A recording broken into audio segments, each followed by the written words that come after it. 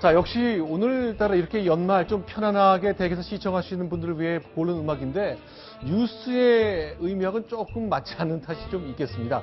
자, 오늘 올해 10대 뉴스 가운데 하나 보수 정당의 분열 그리고 총선 국면에서의 큰 파란이었습니다. 자, 영상으로 저희가 준비해봤습니다. 새누리당 올 총선 때와 그 이후의 장면 영상으로 보겠습니다.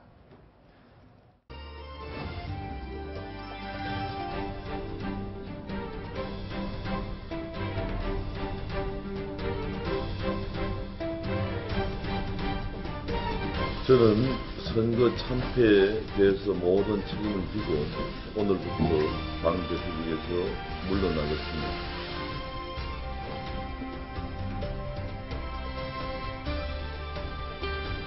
이 선거는 이재명이가 당대표가 되면 앞으로 새누리당 집권여당 유니폼이 될 것입니다, 여러분.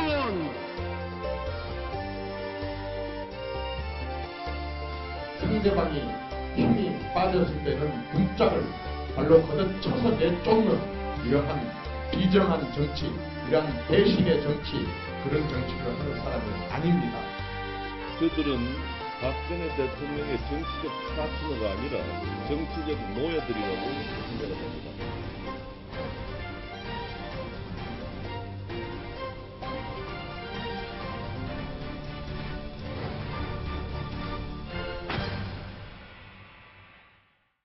그렇죠. 더불어민주당이 분당된 것 올 초고 총선 때 그 공천 파동을 거쳐 지금은 4당 체제까지 왔으니까 참 이게 어떻게 한 해에 벌어질 수 있는 일인가 싶을 정도인데요. 자, 최진 소장님 새로 모셨습니다. 자, 총선 과정 쭉 지켜보셨잖아요. 네. 야, 이 장면, 이거 올해 전국을 가장 갈랐다 싶은 장면 하나 고른다면 뭐가 있을까요? 그 총선 네. 4월 13일 날 개표 당일 네. TV 화면에서 나타난 호남 지역의 네. 지도, 거의 녹색으로 색칠해져 있던 그 부분이 네. 너무 생생합니다. 그때 네. 아시다시피 광주, 전남북 전부 합쳐서 네. 28개의 의석이 있는데 네. 그중에 23석을 무려 국민의당이 석권을 했습니다. 네. 그리고 광주의 심장부에서 8석인데 네. 모조리 다 국민의당이 석권을 했습니다. 네. 녹색 바람을 일으켰는데 이로써 대한민국의 3당 체제가 들어서고 네. 그리고 호남의 그동안의 1당 체제가 이제 붕괴가 됐습니다. 그래서 네. 대한민국 정치에 큰 변화를 가져온 일대 전환기였다는 점에서 그리고 또 제가 그 한복판에 있었다는 점에서 너무 생생하게 기억에 남습니다. 네. 여배우 선생님 어떠세요? 저는 그 김무성 대표가 그 후보 등록 직전에 옥새를 가지고 새누리당 당 옥새를 가지고 부산으로 그 날을 시작을 했는데 그건 좀 표현이 좀 천박해서 저는 들고 들고 갔다고 그냥 그러겠습니다. 네. 그런데 그게 그걸로 그치는 게 아니고요. 네. 지금 아까 그 앵커께서 4당 체제 이야기 있지 않습니까? 네. 그 4당 체제를 갖다가 예고하는 예고편이었다. 네. 그게 바로 그 김무성 대표가 옥새를 들고 간 게 있죠. 네. 친박과 비박의 공천 과정에서 갈등이 그대로 공천에 등록에서 표출된 거 네. 아닙니까? 그게 총선 후에 어떤 그 갈등이 마무리되지 않고 네. 그게 계속 확대되다가 결국 뭐 최순실 사태가 있었지만은 네. 이걸로 인해서 4당 체제로 가는 그 어떤 단초가 되는 걸 극명하게 보여주는 모양이었다. 네. 네, 그렇게 보입니다. 자, 그 결과 심정숙 차장. 오늘 이제 네. 나온 여론조사인데 더불어민주당 지지율이 40% 넘었군요. 그렇습니다. 거의 보수 정당이란 데가 거의 지리멸렬한 수준입니다. 새누리당하고 개혁보수 신당 두 개를 합쳐서 30%가 안 되고요. 네. 지금 더불어민주당은 무려 40%를 넘었습니다. 그리고 네. 국민의당까지 합치면 뭐 50%를 훌쩍 넘는 그런 수준인데요. 민주당이 뭔가 선제적으로 잘해서라기보다는 어쨌든 그 보수의 분열이라든지 이런 것 네. 때문에 반사이익을 얻는 것 아니냐 이런 분석들이 나오고 있습니다. 자, 그러니까 어쨌건 대선 주자 얘기를 빼놓을 수가 없거든요. 그야말로 내년이면 바로 대선 경선 시작될 것 같습니다만 보수개혁신당, 개혁보수신당이 12% 정도의 지지율을 얻고 있는데 반기문 신당이라는 별칭이 있었을 정도잖아요. 네. 근데 아직 오진 못하고 있네요. 도대체 개혁보수신당은 어떻게 하면 반기문 유엔 사무총장을 모실 수 있는 겁니까? 가능합니까?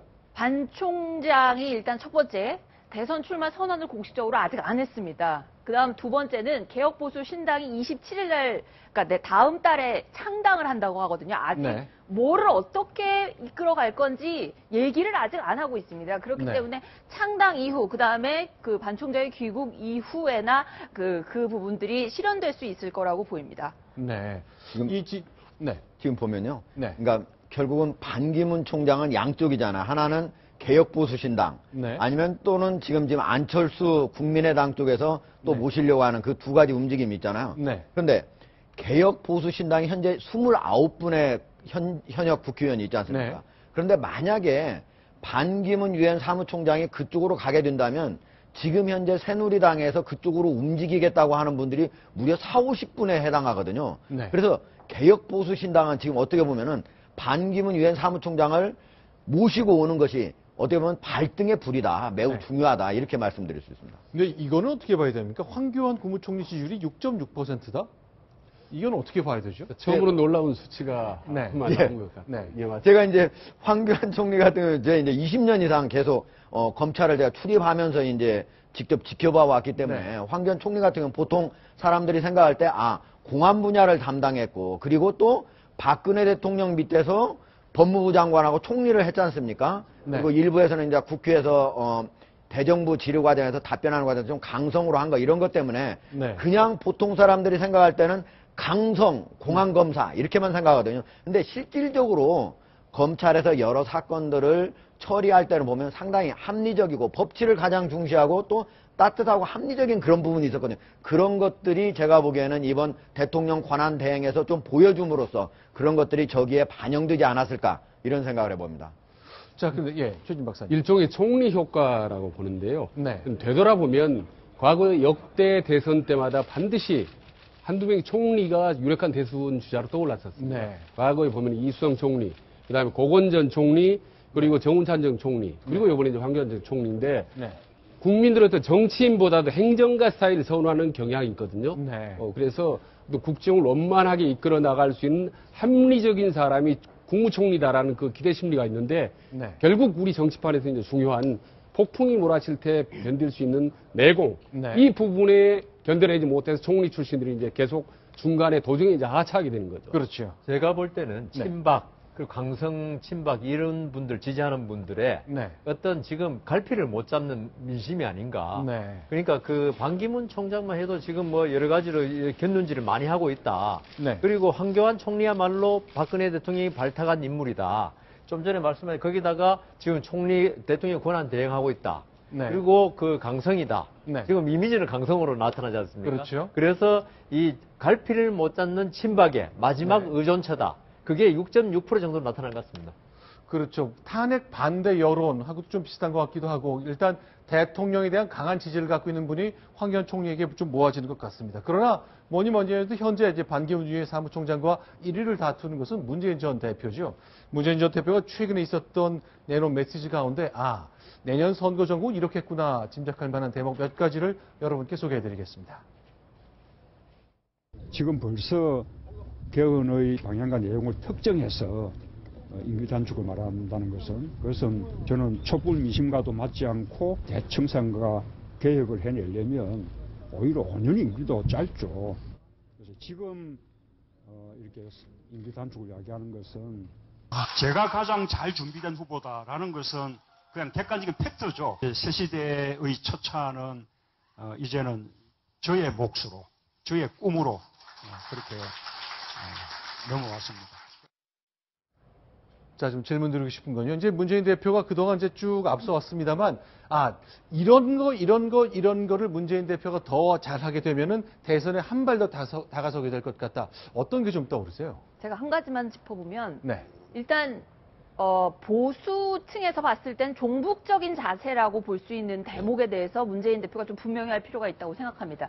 집권하면 미국보다 북한을 먼저 가겠다라는 말이라든지 북한 인권 결의안 할 때 북한에 뭔가 결재를 받았다라는 의혹이 불거질 정도로 뭔가 북한을 우선시하는 그런 태도에 대해서 뭔가 문재인 전 대표가 분명하게 입장을 밝히지 않으면 유권자들의 불안감이 좀 사그라들지 않을까 않을까 싶습니다. 저는 문재인 대표가 지금 할 거는 있죠. 좀 전에 나타난 자막에서 네. 봤다시피 너무 대통령이 된 듯한 모습을 보여준다. 네. 특히 임기 5년도 짧다. 네. 이건 무슨 말입니까? 그럼 보통 대통령 하면 이게 5년이라는 것도 짧으니까 한 번 더 하겠다는 이야기인지.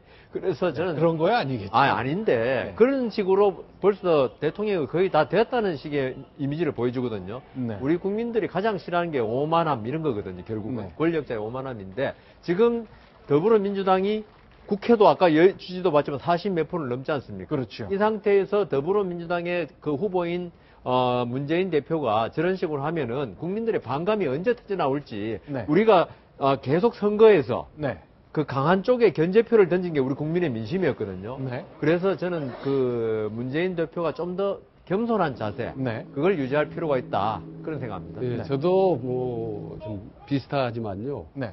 정말 문재인 대표 집권 전략, 필승 전략은 아주 간단하다고 생각합니다. 아하. 오른쪽으로 보수를 향해서 끊임없이 가야 된다. 네. 왜냐하면요, 문재인 대표의 지지 세력 어떤 진보 세력의 결집력은 아주 단단합니다. 네. 그렇기 때문에 어떤 행보를 하더라도 결국 끝까지 네. 문재인 대표를 지지하지 않을 수밖에 없거든요. 네. 그렇다면 집토끼는 이미 잡았기 때문에 네. 한 토끼를 잡기 위해서 훨씬 더 약간 위험스러울 정도로 보수 행보를 하더라도 좋을 텐데 네. 자꾸 저렇게 이제 왼쪽으로 하기 때문에 네.